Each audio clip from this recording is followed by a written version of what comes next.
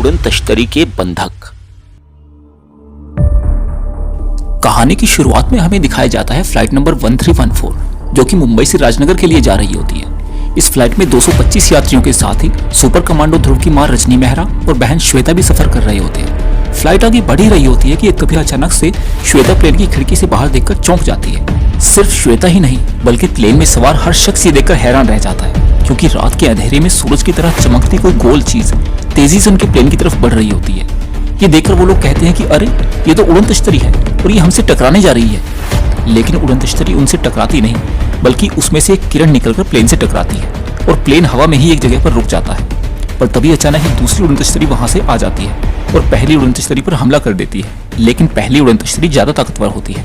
कुछ ही देर की लड़ाई के बाद दूसरी उड़न तश्तरी जोरदार धमाके के साथ जमीन पर आ गिरती है।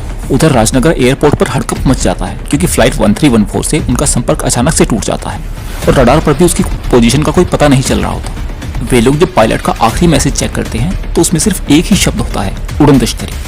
पायलट का यह मैसेज कमांडो हेडक्वार्टर में भी रिकॉर्ड हो जाता है जहां पर ध्रुव भी उसे सुनता है। ध्रुव अपनी मां और बहन की चिंता में राजनगर एयरपोर्ट पहुंचता है जहां से उसे पता चलता है कि फ्लाइट 1314 का 225 यात्रियों के साथ ही कोई अता पता नहीं है।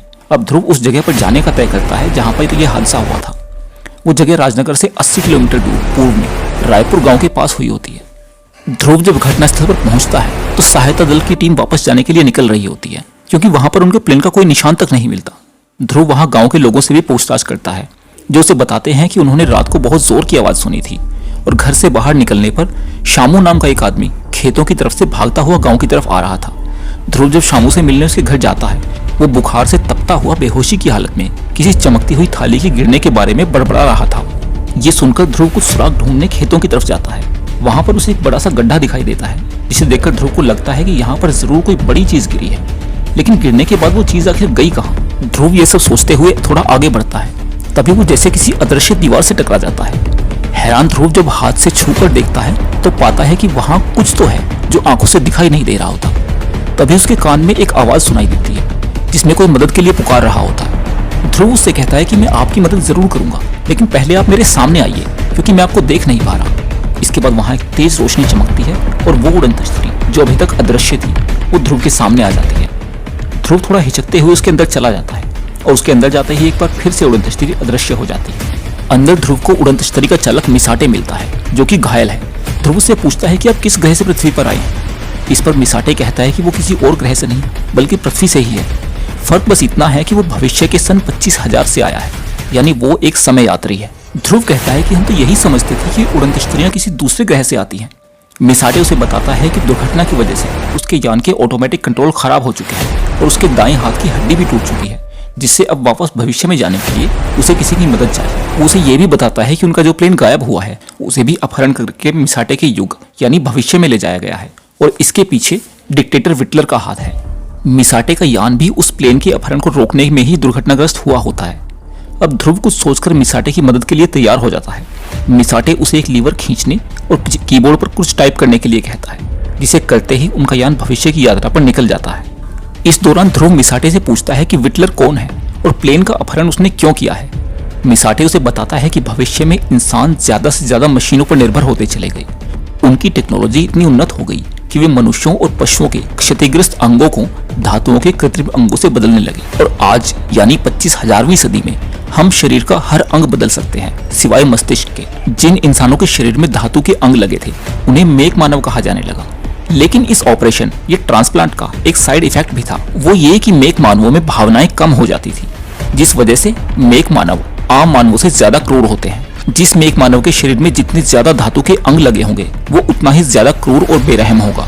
धीरे धीरे मानव और मेक मानव के बीच में खाई बढ़ने लगी और आज स्थिति ये है कि संसार दो भागों में बढ़ चुका है। आधा संसार इंसानों के हिस्से में है और आधा मेक मानवों के कब्जे में है। डिक्टेटर विटलर इसी मेक मानवों की दुनिया का सम्राट है और उसमें भावनाएं लगभग शून्य हो चुकी हैं क्योंकि उसके मस्तिष्क के अलावा शरीर का हर अंग मशीनी है। इसी वजह से वो क्रूरता का जीता जागता रूप बन गया है। ध्रुव पूछता है कि आप लोगों के इस झगड़े में हम कहां से आ गए। मिसाटे बताता है कि आप लोग हमारे पूर्वज हैं और हमारी भावनाएं आप लोगों से जुड़ी हुई हैं। विटलर आप लोगों का अपहरण करके हम पर दबाव बना रहा है। वो आप लोगों को खत्म करने की धमकी देता है और अगर ऐसा हो गया तो हमारा अस्तित्व ही खत्म हो जाएगा क्योंकि जब हमारे पुरखे ही नहीं होंगे तो हम कहां से पैदा होंगे। विटलर उन लोगों को तब तक बंधक बनाकर रखेगा जब तक हम मानव मेक मानवों की अधीनता स्वीकार नहीं कर लेते।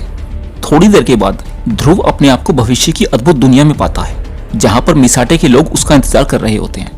वो लोग मिसाटे से ध्रुव को वापस भेजने का इंतजाम करने के लिए कहते हैं, लेकिन ध्रुव उनसे कहता है कि वो प्लेन के सभी यात्रियों और अपनी माँ और बहन को लिए बगैर वापस नहीं जाएगा।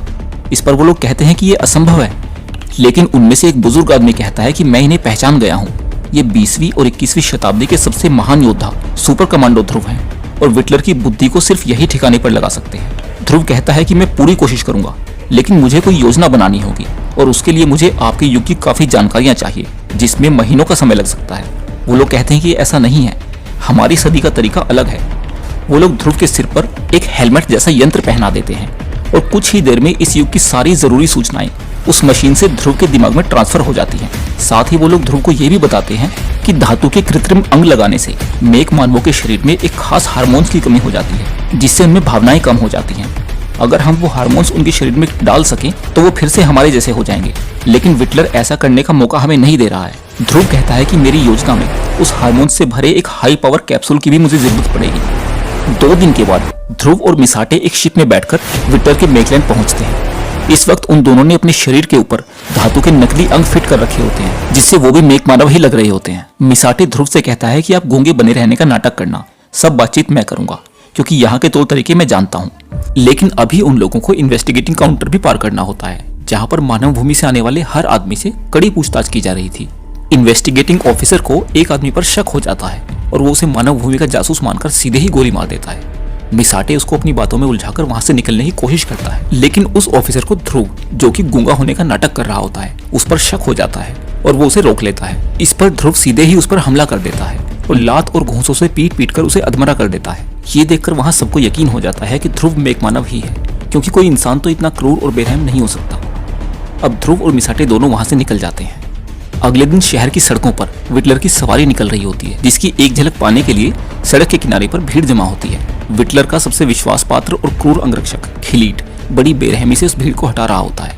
तभी भीड़ में से निकलकर ध्रुव उसके सामने आकर खड़ा हो जाता है। खिलीट गुस्से में ध्रुव को हटाने के लिए आता है और यहाँ पर ध्रुव और खिलीट के बीच में एक जबरदस्त लड़ाई होती है, जिसमें ध्रुव किसी तरह से खिलीट को हराकर उसे बेहोश कर देता है। विटलर भी ये लड़ाई देख रहा होता है और वो ये देखकर बहुत हैरान होता है कि उसके सुपर चैंपियन खिलीट को इस लड़के ने इतनी आसानी से कैसे हरा दिया। वो ध्रुव से पूछता है कि तुम कौन हो और क्या करते हो। ध्रुव अपना नाम डूब बताता है और वो कहता है कि हम लोग यहाँ पर आपके दर्शन करने के लिए आए हैं और मुझे यहाँ पर काम की भी तलाश है। ये सुनकर विटलर उसे अपना मुख्य अंगरक्षक बना लेता है, लेकिन यहाँ पर वो इन्वेस्टिगेटिंग ऑफिसर, जिसके सामने ध्रुव ने गूंगे होने का नाटक किया था, वो उसे बोलते हुए देख लेता है और वो समझ जाता है कि कुछ तो गड़बड़ जरूर है। उधर ध्रुव मिसाटे के साथ विटलर के महल में आ जाता है, जहाँ पर उन्हें आराम करने के लिए एक कमरा दे दिया जाता है।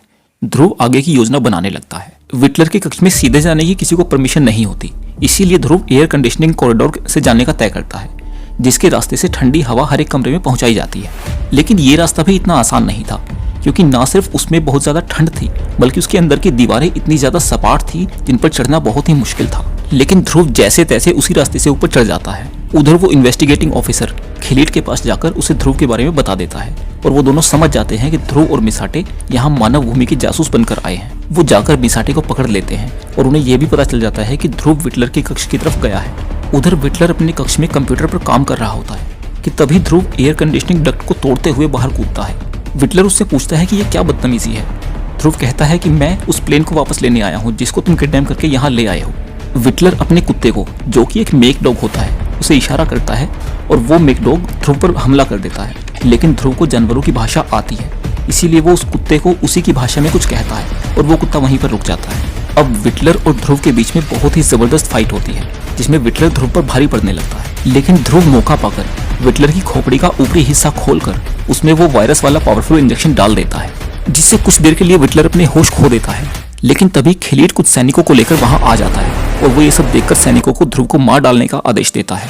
वो लोग गोलियां चलाने ही वाले होते हैं कि इतने में विटलर होश में आ जाता है और वो उन्हें रोक देता है। वो सबको वहां से चले जाने को बोलता है और ध्रुव से अकेले में बात करता है। ध्रुव उसे पूरी कहानी बताता है, जिसे सुनकर विटलर कहता है कि आपके दिए हार्मोन्स के इंजेक्शन ने सचमुच मेरे दिल से क्रूरता पूरी तरह खत्म कर दी है और मैं शर्मिंदा महसूस कर रहा हूँ। वो कहता है कि मैं अब से हर मेक मानव के लिए ये हार्मोन्स लेना अनिवार्य कर दूंगा। साथ ही वो कहता है कि आपको अचानक सामने देखकर मैं पहचान नहीं पाया था, लेकिन अब पहचान गया हूँ। मैं आप ही का वंशज हूँ और बचपन से आपका प्रशंसक रहा हूँ। ध्रुव से अपने किए की माफी मांगते हुए वो कहता है कि अब से मेकलैंड नाम की कोई जगह नहीं रहेगी, बल्कि सभी लोग मिलजुल कर रहेंगे। वो यादगार के रूप में ध्रुव को एक लॉकेट देता है जो कि विटलर की ही शक्ल का होता है। वो कहता है कि अपने युग में वापस जाने के बाद आप लोगों को यहाँ के बारे में कुछ भी याद नहीं रहेगा, लेकिन हो सकता है कभी इस लॉकेट को देखकर आपको मेरी याद आ जाए। इसके बाद ध्रुव को प्लेन के साथ उनके युग की यात्रा पर भेज दिया जाता है। ध्रुव और प्लेन में सवार यात्रियों के दिमाग से भविष्य की सभी यादें मिटा दी जाती हैं।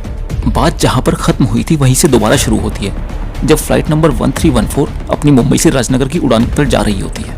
उधर ध्रुव अपने कमांडो हेडक्वार्टर में होता है, जहाँ करीम उससे पूछता है कि तुम्हारे गले में ये लॉकेट कहाँ से आया, लेकिन ध्रुव को उस लॉकेट के बारे में कुछ भी याद नहीं होता और ये कहानी यहीं पर समाप्त हो जाती है। दोस्तों, ये थी कॉमिक्स उड़न तश्तरी के बंधक की कहानी, जिसका प्रकाशन किया था राज कॉमिक्स ने। कहानी एवं चित्रांकन अनुपम सिन्हा का है और इसके संपादक हैं मनीष गुप्ता। दोस्तों, आपको ये कहानी कैसी लगी कमेंट में जरूर बताएं और चैनल को सब्सक्राइब करना ना भूलें।